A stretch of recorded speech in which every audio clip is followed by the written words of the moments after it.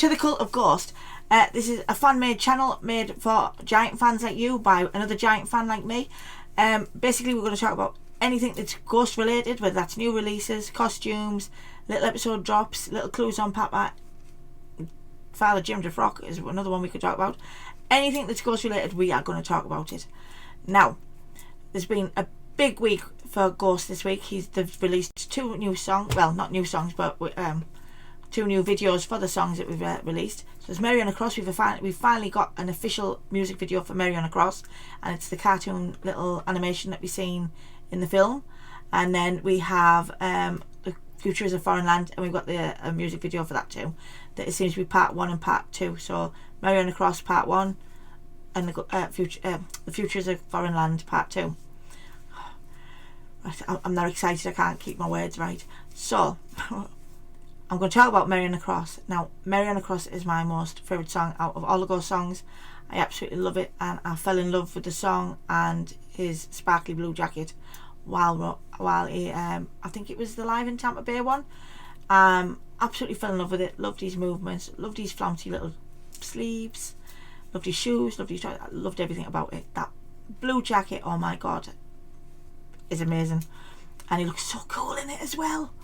So after I stopped fangirling over the blue sparkly jacket, right, so we're going to start with Mary on the Cross. Now, I don't know whether you noticed, there's a lot of symbolism in Mary on the Cross. I haven't managed to get through all of it, but there was a couple of major ones that I thought were good enough to come and put on a video.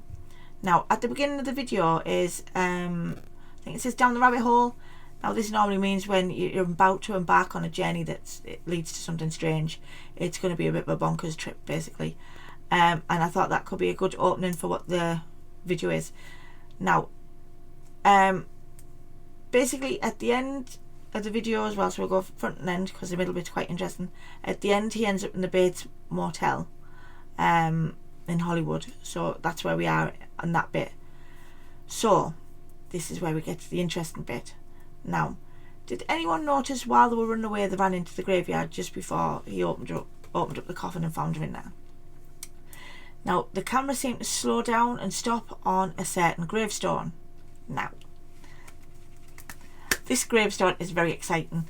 There's 2 reasons why this is very exciting.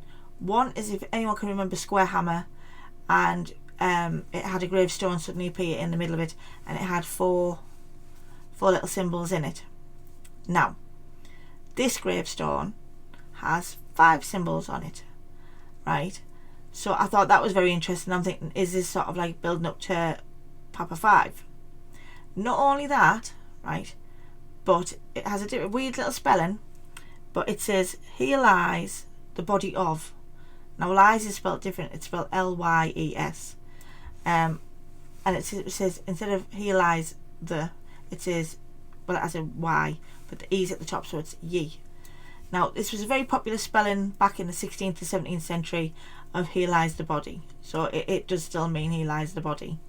But in that instance, this is very exciting too. In this instance, it does say "here lies the body of," and then over in the corner is another gravestone that says "Father." Now, are we getting the predicted death of Father Imperator? Oh, now, last time this showed up was in Square Hammer, and it was exactly a year to the date that video got released. So everyone mark your calendar and we'll see what happens. Right. Also, oh, you're going to love this. This gravestone is a real gravestone. It belongs to a lady called Mary Goose, and she died in 1690, and her gravestone is in Boston. She is possibly, as the story goes, the real Mother Goose. Now, she had 10 children. Again, I don't know whether this is a foreshadowing, because I couldn't find any other reason why Mary Goose would be on there apart from her name is Mary and it was Mary on a Cross. The fact that she had 10 children, after all, is all out of progeny. So we don't know whether there's been a couple more children in there that they can, you know, say that. We also know about the twin, so there's a few more there anyway, so maybe 9 more children. I don't know whether that's linked. Also, the Mother Goose reference, she died at the age of 42. and her name obviously Mary Goose. She had a daughter. He married another lady after Mary called Elizabeth Goose, who then had 6 more children, and one of her daughters was called Elizabeth as well.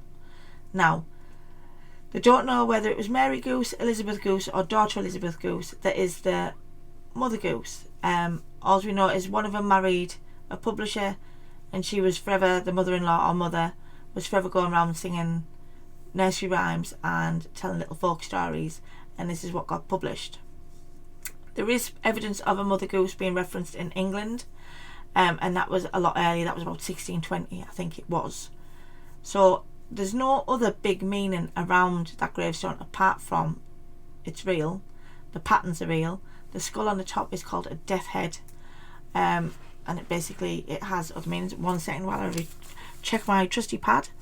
So it is from symbol. Right, there we go. That's what we're after. The symbol is the second most decorative symbol used in Boston in the 17th century, known as the death head. Some say it's a skull, head and wings. I mean, say physical death and spiritual regeneration. Now, the wings symbolise the soul fleeing mortality, which is very interesting. Now, I don't know whether it's me being dirty-minded personally, but the gravestone looks like it's got boobies down the side. Now, my dad made a really good point to say earlier on, how many children did she have, and is there 10 pairs of boobies down the side? There is not. There is 6 pairs of boobies. So I thought that might be in referencing the children. So this is very interesting. As you can see, I'm very excited. There is 1 second while I just double check stuff. I don't know whether this has got anything to do with the Mary on a Cross thing, but there's a lady called Peggy Entwistle, and she was back in the 50s, 60s, and she wanted to be a movie star. It didn't work out for her, and she ended up committing suicide and jumping off the Hollywood sign. She jumped off the H though and not the O, because we've got the O in Mary on a Cross. I don't know whether this is related to the video or not, but I thought it might have been an interesting thing to mention in case it was that. Other than that, I am still working on the video. The Mother Goose link, I'm not too sure what that means.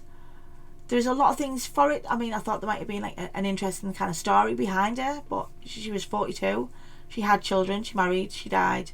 He married, Isaac Goose, married another lady, and that was about it really. So, unless it's the reference to children, I know it's a famous gravestone. If anyone is watching from Boston, she's in the Boston graveyard, right in the far corner. Let me see if I actually wrote that down. Which graveyard is it? It's a burial yard, I think it was called. Nope. Oh, it does say people wrongfully leave pennies on top of the gravestone because they don't think she's the real Mother Goose. But like I said, it's just story at the moment. But the gravestone is real. Oh, there is one more thing. Obviously he lies the body, or he lies ye body, is used in Hocus Pocus on William Butcherson's grave, and they have like similar angel and winged heads and things like that. And Emily Binks has also got certain references to this as well. I don't think it's got anything to do with ghost. I just thought it was an interesting fact to put in there. Go check it out if you have any other ideas why he might have used Mary Goose apart from it being Mary on a Cross, and that gravestone.